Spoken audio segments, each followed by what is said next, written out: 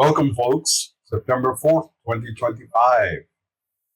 Remember, this is for entertainment and informational purposes. I share my journey with you. Don't risk your money.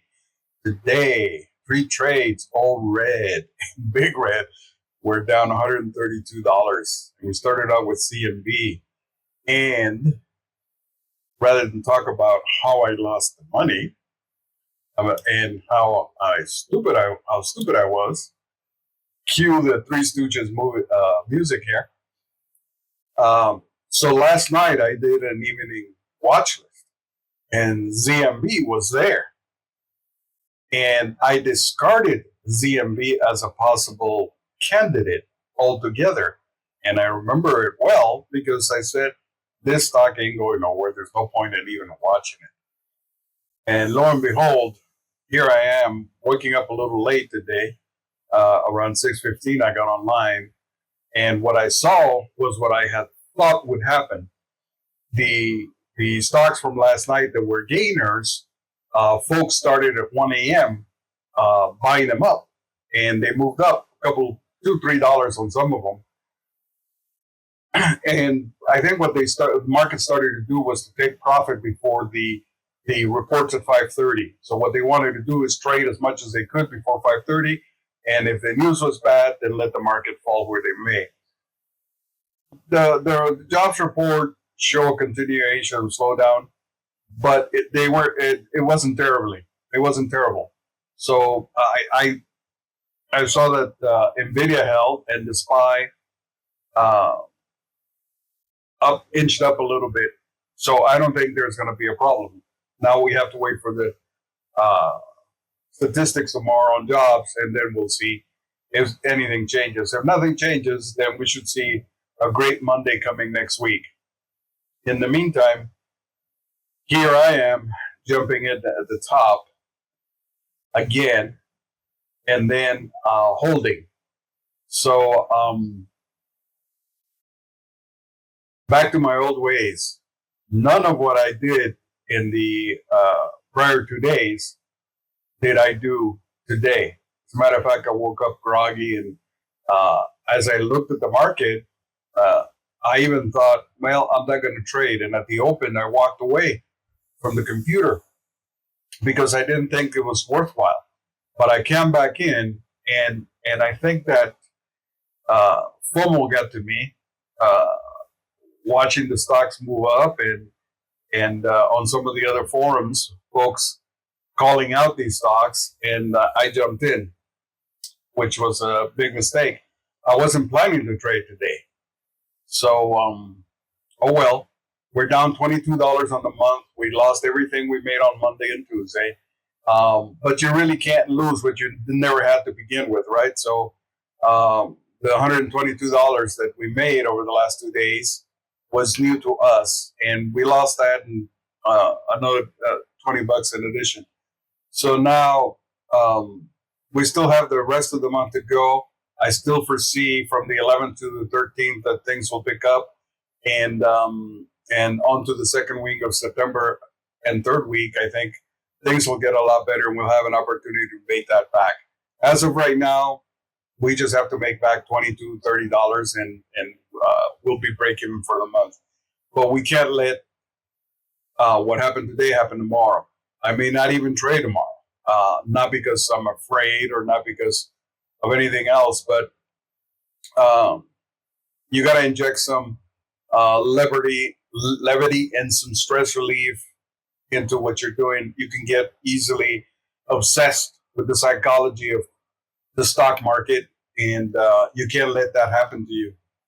So today begins the World Cup soccer qualifying matches for the next 3 months, and so I'll be busy. And then later on, we got U.S. football beginning, and this weekend is the grand opening. Like and subscribe, or hate and subscribe if you like. If you like to see me lose, hey, hit that like button and subscribe so you can hear more of me and see more of me losing. Your comments are always welcome. So are your questions. Today there's a single lesson to be learned, but I learned that myself. I don't know how I can project it to you guys. The fact that I woke up groggy, the fact that I woke up with mixed feelings about expectations in the market led me to believe that I shouldn't trade, but I traded anyway. So what did I do? I traded the addiction. And you can't let that get a hold of you. The psychology is really bad. And then I didn't feel like I was 100% in my Zen life position, ready to trade. So, but I did it anyway because, well, it's what I do. And my family thinks I'm nuts, that they think I like to trade because I just want to be in front of the computer and all day. And no, that's not the case. The reason I trade is because it's a challenge. I've always wondered about the stock market way back from many years ago. And remember back to the time when Apple was going broke. Wozniak left Apple and handed it over to Steve Jobs, and Jobs was working on his own next computer, which was supposed to be the next best thing. And the rumors is that Microsoft gave Jobs a loan to keep Apple going, and Apple stock was under $10. And when there are opportunities like that, you have to jump in. In the 2000s, I think, I had an account with E-Trade, and there was this one stock that had dumped all the way down to under $1. And I went in and I bought 200 shares, and I just kept it. And lo and behold, about 6-7 months after holding it, what's his name? The big investor Buffet goes in and buys out the company, and the stock goes to $29. And so those opportunities come along, and that's the reason you trade. So you show up every morning to look for an opportunity to see if it's going to be a parabolic move or whether you're going to go have small hits here and there and make some money. So I'm bothered more than I am upset over the fact that I lost that money today, but it's all relative. It's a small account, $100, sure, what 5-6%, but it isn't a great amount. I see some of these YouTuber guys lose a lot more, and that's bad. So if you want to get illusions of grandeur, then just go on to the paper simulator. Paper trade or simulator is what the paper money is what Thinkorswim calls it, but whatever software you use, go into the trade simulator and trade using your, set up your account for $100,000 and trade away. But don't let that get into your head, because that is not the real world. The real world is this. You make money, you lose money, you lose money, you make money. So you have to accept those losses. And so on the first trade, I lost over $55. And like a fool, of course, the big reversal sign is up there. And I'm thinking, oh, well, the indicator could be wrong. And I probably know better. So here I go. Luckily, I put in a stop there, and there was an opportunity maybe that it was going to go up. But at this point, I'm realizing that ZNB came after me. I'm not let the FOMO or the trading psychology get to you, because obviously it's just coincidental that I dismissed CMB last night, and today it gets back at me. So those are some of the things that happen, and you just got to move on. So tomorrow will be another day, and we'll see if there's something. If there's something, we'll jump in. If not, we'll worry about it. But all the indicators here are pointing downwards. So at this point, at the highest point, you should have cut it, and I did not. So that's my bad. So I treated like a monkey today, and that's no shade to the simian species. It's just I just pressed buttons and clicked the mouse. That's all I did. I didn't even look at anything. And I think it had to do with I was a little bit groggy. I had a midnight dinner last night. Wasn't totally there, and that should have been the key. There are always times in your life that you've got to gauge what your mental state is, and that you're up and ready for the market, because otherwise it's going to eat you up alive. And so that's important to remember. And then it made me recall back when I was a young man. After work, I used to look for stress relief, and one of the things I found that was very helpful to me was to play pool, paintball. And of course, at that time, pool tables were in bars. So if you're in a bar, you're going to drink, you're going to play pool. And the funny thing is that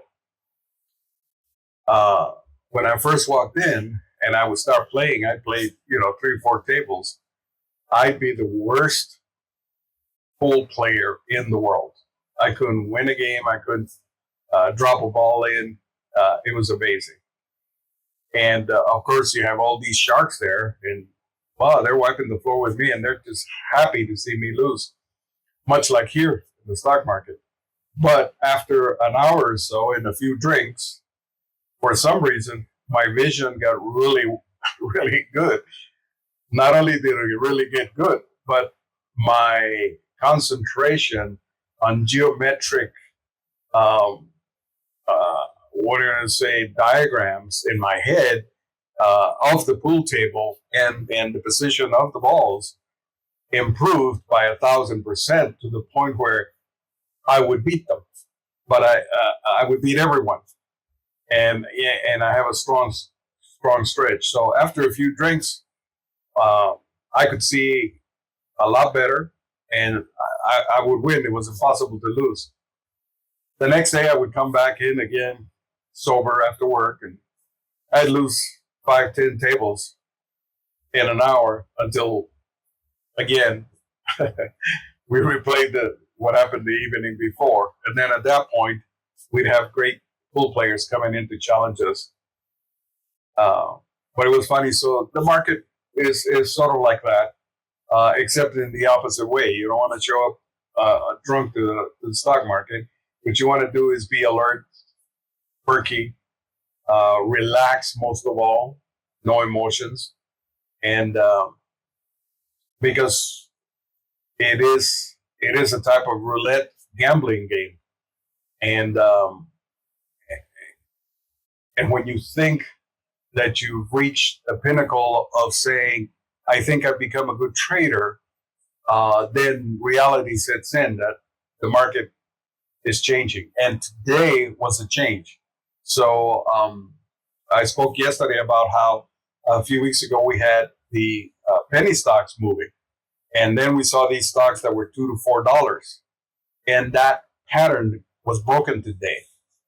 Yeah, we saw some stocks under $2 move up, like this one. The fact that we didn't get in doesn't mean that it didn't happen. It just it took a little longer, and it was a little bit more challenging, I think. And I think we're going to see the same next week and the following week, as if the report tomorrow isn't as bad, the large caps and mid caps are going to be in play, and that's where the focus of the market is going to be. If the reports tomorrow aren't that bad, the SPY is going to remain where it's at, and it might take off. 644, I think I saw it today. So, 650, it's in a range. 652 might be possible before there's a slight pullback. And NVIDIA, I think, is just going to hold and remain where it's at. But hopefully we'll see some penny stocks, some small caps come up and try to do something. But for now and for today, it's three monkey trades and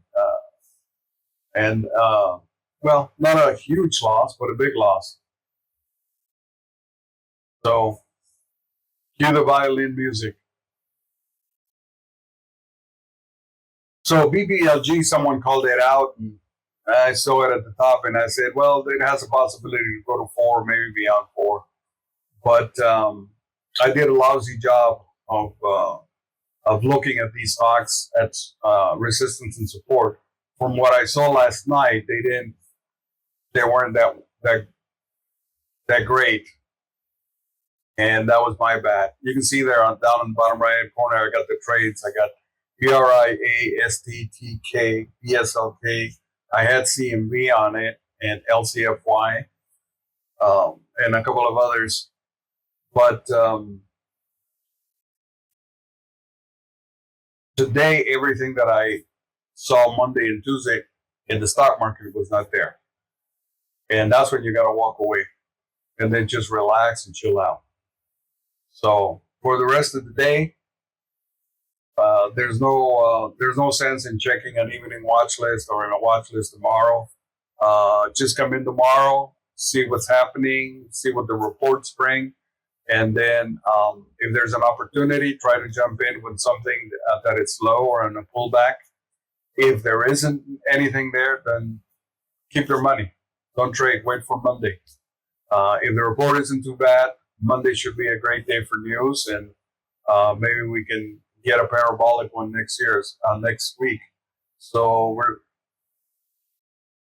I'm expecting that at the end of the week, mid to end of the week next week, things will start to pick up, and we might start to see one or two stocks go beyond $9 and $14, and what hopefully will be the start of a bull run towards the end of the year.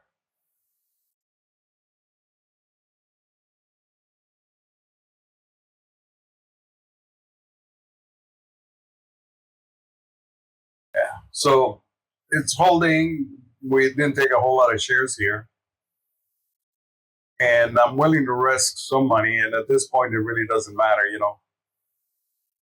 You've already lost most of what you made in the past 2 days. And here the indicators are sort of okay, except for the MACD that it is making a curve downwards. And at this point, this is where you should have cut your losses right there.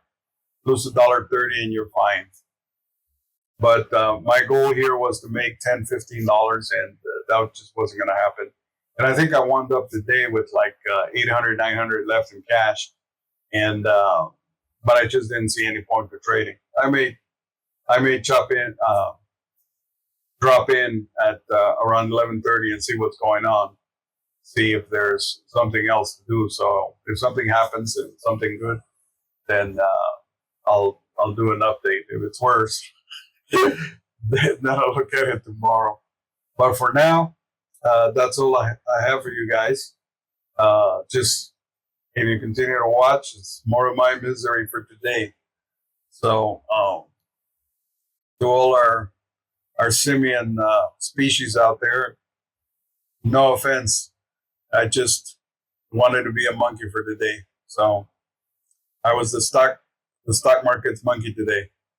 You all have a great day. And if I'm not online tomorrow and there's no recap tomorrow, then everyone have a great weekend.